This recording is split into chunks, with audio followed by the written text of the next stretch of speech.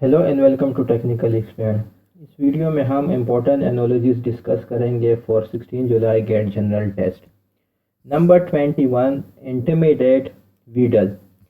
अच्छा, इंटिमिडेट का मतलब ये है किसी को धमका कर कोई काम करवाना, ठीक है, किसी को खौफजदा करके कोई काम करवाना, ठीक है जी। ये देखिए मैंने इसकी डिस्क्रिप्शन भी लिखी हुई है। Intimidation is forcing by fear a person to take action, ठीक है, खौफ दिला के या धमका के एक किसी से कोई काम करवाना। वीडल कहते हैं कि कोई चक्कर चला के किसी से कोई काम करवाना, चक्कर चला के उसको कन्विंस करना, चल वल से किसी बंदे को किसी काम के लिए कन्विंस करना, चल वल से किसी बंदे को उससे कोई काम निकालना। तो अगर इनकी आप रिलेशन देखें बेसिकली ऑपोजिट वर्ड्स है। इसी तरह अगर आप ए जो ऑप्शन है उसको देखें, एक्सटॉल कहते हैं बहुत ज़्यादा तारीफ करना किसी के, डिस्पैराज कहते हैं किसी के बारे में गलत बयानी करना, मतलब किसी को हकीर समझना, किसी को बेलिटल करना, ठीक है, बेइज्जत करना है। तो इसलिए ये आपके पास ऑपोजिट पेयर यहाँ भी हैं, क्वेश्चन में भी हैं, तो ये आपके पास राइट आंसर है। और इधर मैंने लिखा भी हुआ है कि intimidation is forcing by fear a person to take action while wheedle is persuading a person by flattery. इसी तरह extol means praise highly and disparage means to belittle और treat slightingly. Each is a pair of opposite. तो ये जो option है वो आपके पास ठीक है। नेक्स्ट है जी कैप्रिशियस रिलायबिलिटी। कैप्रिशियस बिहेवियर वो होता है जो कि चेंज होता रहता है। फॉर एग्जांपल एक बंदा एक टाइम में एक बात करता है, 2 मिनट बाद उसका माइंड चेंज हो जाता है, वो दूसरी बात करता है, तो उसको कैप्रिशियस कहते हैं। पहले कहता है चाय पीता हूँ, 1 मिनट बाद कहते हैं नहीं चाय पीनी चाहिए। पहले कहता है ये चीज़ अच्छी है, 1 मिनट बाद कहते हैं नहीं ये अच्छी चीज़ नहीं है। तो उसका माइंड चेंज होता रहता है। ये क्या है, रिलायबिलिटी के आप कह सकते हैं कि कैप्रिशियस जो बिहेवियर है उसमें रिलायबिलिटी नहीं होती। रिलायबिलिटी ये है कि आप उस पर रिलाई कर सकते हो। आज उसने जो बात की है 1 हफ्ते बाद भी बात की है, इसी तरह वो उसकी जो बात है वो कांस्टेंट है।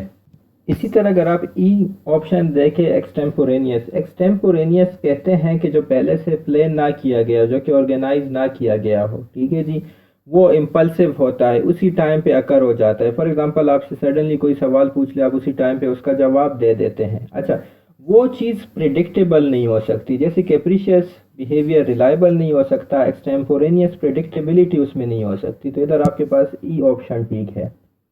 नेक्स्ट एक्सपेंड रिप्लेनिश, ये काफ़ी दफ़ा रिपीट हो चुका है। इसका राइट आंसर आपके पास सी है, डिफेक्ट रिजॉइन। ये आपस में एंटीनम्स हैं, ये आपके पास सी इसका राइट आंसर है।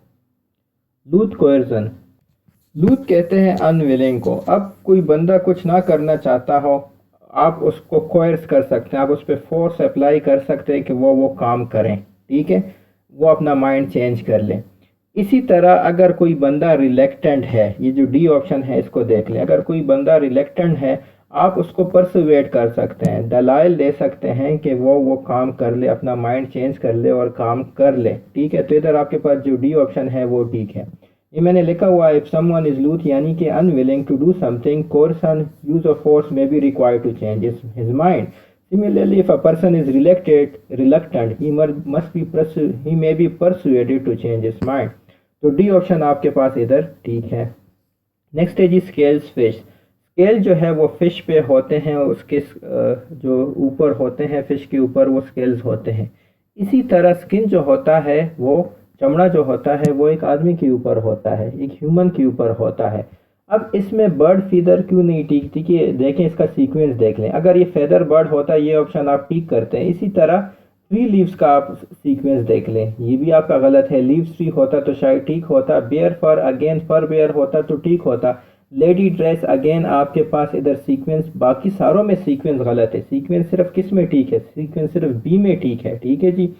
कि स्केल जो है वो फिश को कवर करते हैं, स्किन जो है वो एक आदमी को कवर करता है, ठीक है जी, एक ह्यूमन को कवर करता है। तो बी ऑप्शन ठीक है। स्टूल बेंच, अच्छा स्टूल बेंच दोनों बैठने के लिए होते हैं, लेकिन जो बेंच जो है वो साइज में बड़ा होता है। स्टूल पे एक बंदा यूजुअली बेंच बैठ सकता है, बेंच पे आप देखते हैं 2-3 दोस्त बैठे होते हैं। तो बेंच और स्टूल एक ही मकसद के लिए है, लेकिन bench is bigger in size than stool.